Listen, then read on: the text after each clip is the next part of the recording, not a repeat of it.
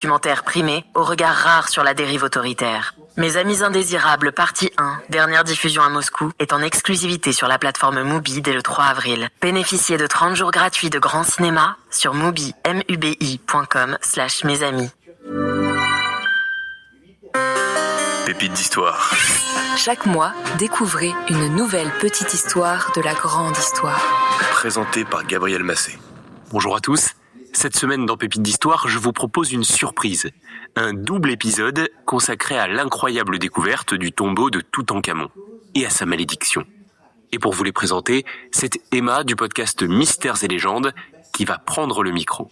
Salut Emma. Salut Gabriel, bonjour tout le monde. Est-ce que tu peux expliquer à nos auditeurs et à nos auditrices ce qui les attend dans ce double épisode ?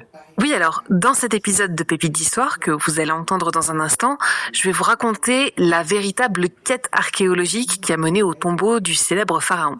On parle souvent de sa momie et de la malédiction qui l'accompagne, mais vous allez voir que sa découverte a au moins été tout aussi palpitante, avec du suspense, des obstacles et des trésors dignes d'un Indiana Jones. Et la deuxième partie du coup ? Eh bien, la deuxième partie, ça se passera dans Mystères et Légendes. Et là, on décortiquera cette fameuse malédiction de Toutankhamon pour voir ce qui s'est vraiment passé et comment elle est passée au rang de légende. Je sens qu'on va se régaler. Je vous laisse donc en compagnie d'Emma pour cette excursion en Égypte. Je vous mets aussi le lien vers l'épisode complémentaire de Mystères et Légendes dans la description de cet épisode. Et bien sûr, je vous retrouve très vite pour une nouvelle pépite d'histoire. Allez, musique.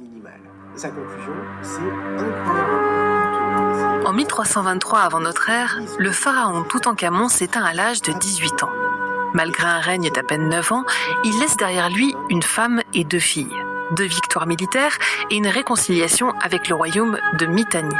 Il fait partie des rares dirigeants déifiés de leur vivant et, par-dessus tout, il lance un programme de restauration des traditions suite au chamboulement instauré par son père.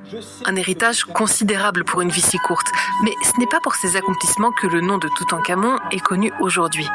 La véritable pépite qui fera sa célébrité internationale, c'est l'histoire improbable de la mise au jour de son tombeau et des richesses prodigieuses qui y reposent avec lui. Certaines grandes découvertes sont parfois le fruit du hasard, comme la mise au jour de la grotte de Lascaux ou celle de la ville de Pompéi. Le tombeau de Toutankhamon, lui, aura frustré les archéologues pendant près d'un siècle avant d'être enfin débusqué. Durant son règne, le jeune pharaon aurait entrepris la construction de sa future tombe dans la vallée des rois, un lieu de repos somptueux digne d'un dieu. Il serait toutefois mort avant son achèvement et aurait dû être enterré dans une tombe plus petite, possiblement destinée à quelqu'un d'autre, et plus discrète que les monuments grandioses abritant les vestiges de ses aînés. Peu de temps après son inhumation, la sépulture est pillée à 2 reprises. Les officiels se voient obligés de la restaurer puis de la sceller à nouveau, et afin de la protéger contre de futures profanations, ils comblent l'entrée de gravats. 2 siècles plus tard, le jeune pharaon est enterré un peu plus profondément sous les débris du tombeau de Ramsès V et VI. Il devra attendre plus de 3000 ans avant de revoir la lumière du jour. Ça fait combien de temps ? Trop longtemps. Et comme je dis toujours, quand c'est long, c'est trop long. Durant l'Antiquité, la vallée des rois se transforme temporairement en site touristique, comme en attestent les nombreux graffitis en copte, en phénicien ou en chypriote qui ornent ses parois.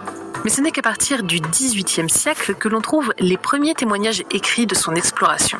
La campagne d'Égypte de Napoléon se double d'une expédition scientifique qui ouvre la porte à une vague de fouilles et d'excavations.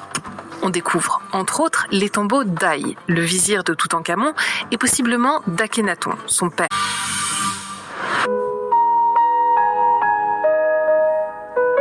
Noël 1914.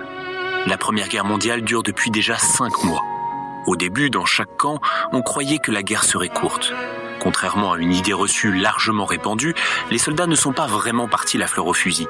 La France est encore très rurale, avec près de 40% de paysans, et la guerre est déclarée au mois d'août, en pleine moisson.